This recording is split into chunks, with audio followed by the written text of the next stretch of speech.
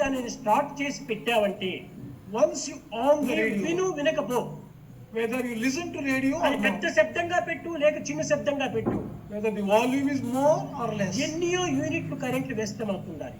so many units of current is used up. అదే విధంగానే మన దేహం ఒక రేడియో వంటి. Our body may be compared to a radio.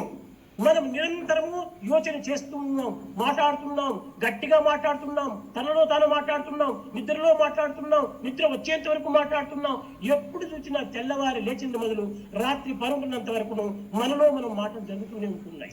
Right from dawn to dusk, whether sleeping, talking, walking, we are continuously indulging in talking to ourselves. తద్వారా ఎన్ని విధములైనటువంటి ఎంత ఎనర్జీ మనకు వ్యర్థమైపోతుందా.